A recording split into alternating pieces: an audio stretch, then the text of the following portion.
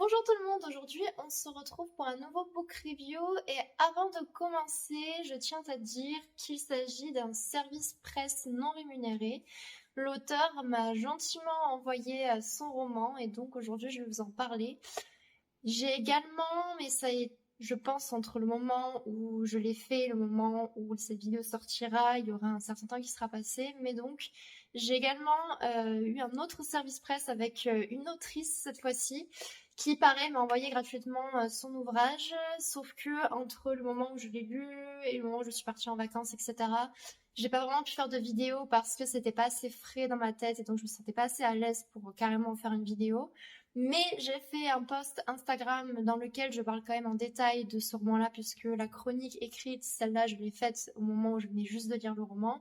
Je vous la mettrai probablement par là ou par là. Donc je vous invite, si jamais vous êtes intéressé à justement pour découvrir un auteur, donc là pour le coup une autrice française justement qui a auto-édité son histoire. Vous avez potentiellement une histoire qui pourrait vous intéresser, il s'agit d'une dystopie. Je vous en dis pas plus, si vous voulez découvrir, je vous invite à cliquer pareil sur un lien que je vous mettrai là ou là pour mon compte Instagram, sinon vous l'avez dans la description de la vidéo. Commençons donc sans plus tarder. Les Dames de Gascogne d'Olivier Bonnet. Donc de quoi ça parle? On est au 19e siècle et on va suivre en fait différentes générations donc d'une même famille qui vivent dans le Périgord. Et c'est plutôt réaliste puisque les mœurs de l'époque sont clairement présentées. On a tout, comment dire, l'environnement du Périgord, toutes les traditions qui sont fidèlement présentées. On sent que l'auteur d'ailleurs a fait beaucoup de recherches, qu'il a été très très documenté sur les environs, sur les coutumes, les traditions de l'époque. Pour être plus précis, le roman se déroule en grande partie à la teste de Buch. Je sais pas trop comment je suis censée le prononcer, mais en tout cas c'est vraiment là où il y a par exemple la dune du Pilat.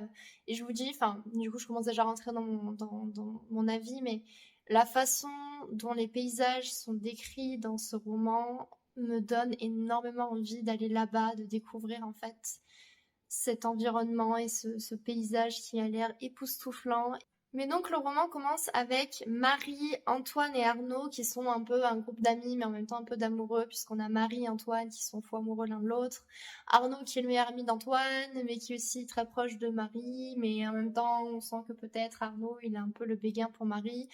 Après honnêtement quand on lit un peu l'histoire on a l'impression que tous les garçons ont le béguin pour Marie, mais en même temps ça ne me dérange pas du tout parce qu'on a vraiment une fille pétillante et très attachante. Je pense que pour vous parler de ce roman, je vais parler des points qui m'ont plu, des points qui m'ont moins plu. Donc il y aura des spoilers parfois, mais le but c'est pas juste de raconter l'histoire comme ça, parce que autant justement que vous lisiez le roman. Mais vraiment pour moi, les grandes forces de ce roman, premièrement donc la plume de l'auteur. Comme j'en ai déjà parlé, elle est magnifique, elle est très agréable à lire et vraiment le roman se lit très très très très vite, c'est très fluide. Il fait 400 pages, je l'ai lu en 3 ou 4 jours à peu près. Deuxième point fort, c'est donc le cadre, mais qui est donc aussi en lien avec la plume, qui est vraiment très bien décrit, très bien défini. Vraiment, l'immersion est totale. On ne peut pas s'imaginer ailleurs que dans le Périgord. C'est vraiment très clair et tout est fait pour que vraiment on imagine les décors, les odeurs, tout, je vous dis, tout est très bien décrit, j'ai adoré. Et à la fin, vous n'avez envie que d'une chose, c'est d'aller là-bas, tout simplement. Troisième point très très fort dans ce roman, ce sont les personnages qui sont extrêmement bien développés et auxquels on s'identifie très fortement. Je pense à Marie par exemple, j'ai adoré ce personnage-là, son destin m'a brisé également quand il se passe des choses pas très joyeuses. Mais heureusement, elle a une fin positive. Vraiment, tous sont très bien développés, même les personnages détestants, comment dire, on aime les détester, on va dire, d'une certaine façon, mais je vous dis, ils ont tous une sensibilité ou une personnalité forte. Vraiment, il y a quelque chose qui se dégage de chaque personnage, chacun vraiment se distingue les uns des autres. on peut pas dire que tout se ressemble un peu. Vraiment, moi, je trouve que chacun a sa propre personnalité. Peut-être qu'au début, les garçons se confondaient un peu parce que voilà, les trois pensaient par exemple la même chose de Marie. C'était un peu, ça donnait l'illusion que tout le monde était à fond sur Marie. Mais non, après petit à petit, on les voit chacun qui se développe et ont leur propre histoire, leur propre personnalité. Et pour revenir sur Marie, d'ailleurs, ça me fait penser, et c'est aussi donc un point fort, on pourrait dire le 3 bis, un point fort, qui est la description de certaines scènes. L'auteur m'a fait pleurer à un moment. Il faut savoir que c'est très très très très dur de me faire pleurer. Donc là, c'est un spoil, attention, mais quand Marie se fait violer, déjà je ne m'y attendais pas, c'est-à-dire que ça m'est vraiment tombé dessus. Et quand c'est arrivé, la façon dont c'était décrite, j'ai eu vraiment, ça m'a fait pleurer. Et limite, sur le coup, j'étais pas contente parce que je voulais pas avoir des sentiments aussi négatifs et dévastateurs, on va dire. Vraiment, ça m'a un peu retourné cette scène. Je m'étais pas du tout armée à lire quelque chose d'aussi dur, en fait, d'aussi poignant.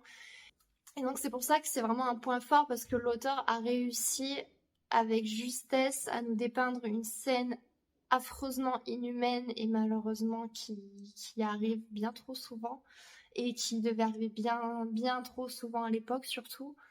Et surtout les émotions de Marie en fait, c'est surtout ça, ce traumatisme, comment il nous le dépeint même après le viol, c'est comment dire, l'auteur a très bien compris en fait, parce que parfois ce dont je me méfie un peu, c'est que par exemple, notamment si ce sont des hommes qui décrivent des viols de femmes, c'est que parfois on a affaire à un truc où on sent que c'est un peu trop détaché de la réalité, ça fait pas réaliste, on va dire.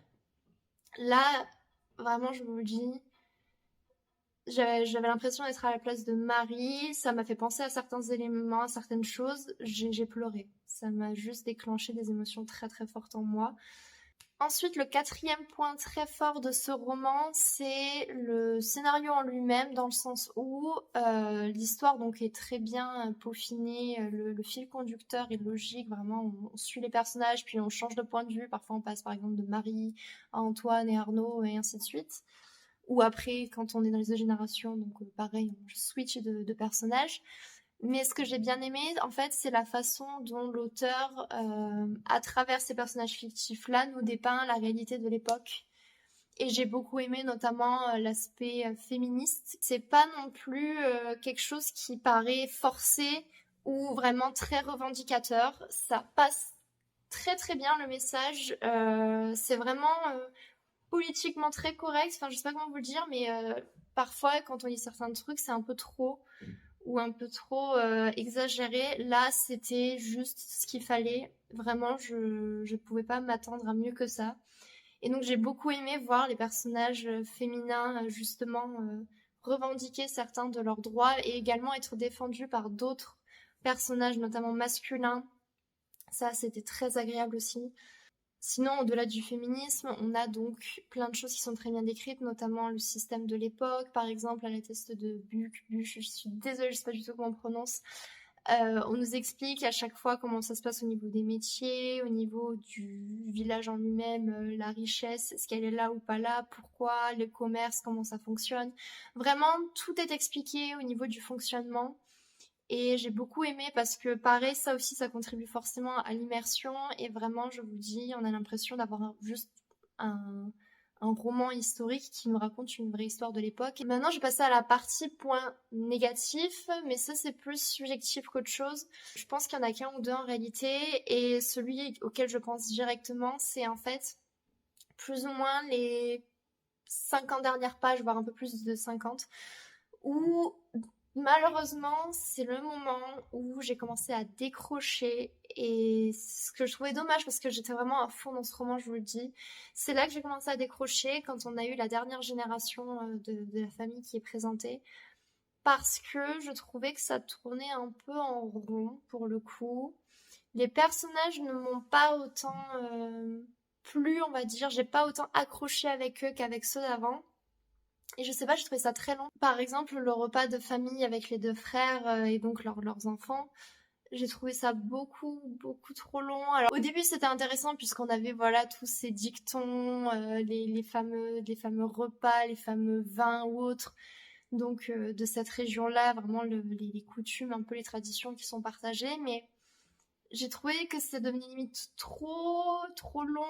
Vraiment, j'ai l'impression que c'était juste, on balançait plein, plein, plein en mode, maintenant, je vais parler de ça, de ça, de ça, de ça, de ça, et on va continuer sur ça, ça, ça. Enfin, j'ai trouvé ça trop long. J'ai beaucoup décroché à ce moment-là mais à la fois ça peut être bien et en même temps pas bien dans le sens où il y a le fait qu'il y ait un autre viol. En fait, on pourrait l'interpréter soit comme une sorte de malédiction autour de cette famille, où en gros les mêmes choses se répètent à travers les générations, ou soit, et moi je l'ai un peu interprété comme ça, je me suis dit c'est un peu on recommence, on repart sur la même histoire, mais là je voyais pas trop forcément l'intérêt. Mais je dis ça, mais en même temps, ça permet de voir aussi les différentes réactions selon les époques. Puis, si je devais un peu conclure, ce qui fait la force générale de ce roman, donc ce sont la plume de l'auteur, l'immersion totale donc dans ce nouveau décor, dans cette région, dans cette époque, mais aussi et surtout la description, la façon dont l'auteur dépeint la condition féminine, vraiment à travers par exemple le travail, le dur labeur des femmes, les femmes qui elles-mêmes se tuaient à la tâche pour nourrir les familles comme les maris. Vraiment, elle travaillait très dur, notamment quand il décrit les conditions de travail dans la conserverie. C'est très très bien expliqué, mais aussi donc les différences de traitement entre l'homme et la femme, les femmes qui étaient parfois sujettes donc à des agressions sexuelles ou autres, mais que malheureusement c'était toujours la parole d'un homme contre celle d'une femme et que c'était toujours malheureusement la voix de l'homme que l'on écoutait plus que celle de la femme. Enfin, vraiment, on nous décrit plein, plein, plein d'éléments sur voilà, cette condition féminine à l'époque, tout en nous proposant des personnages féminins très forts et plutôt rebelles pour certaines personnes à certains moments. Vraiment, je vous recommande de lire ce roman. Si je vais mettre une note, je mettrai une note de 4 sur 5. C'était une excellente lecture. Je ne pouvais pas m'attendre à mieux que ça. Je vous dis, j'avais aucune attente au départ. Le résumé m'intriguait, pardon. Mais en même temps, je me disais, on va voir ce que ça donne. Parce que l'auteur m'avait un peu parlé pour vendre le roman, le côté féministe. Mais moi, honnêtement, ça me faisait un peu peur parce que je me suis dit, je veux pas que ce soit trop dans ça non plus ou trop insistant. Et je vous dis, ça fait pas du tout, vraiment, on n'a pas du tout cet effet-là. Si vous voulez soutenir des auteurs français, c'est le moment, lisez donc ce roman d'Olivier Bonnet, vraiment, ça vaut le détour. Merci encore d'ailleurs à Olivier Bonnet pour m'avoir envoyé gratuitement donc son roman, je ne regrette pas du tout et je le remercie parce que j'ai vraiment passé un très très bon moment et j'espère lui donner un tout petit peu de visibilité avec ma chronique sur Instagram et cette vidéo parce qu'il la mérite vraiment.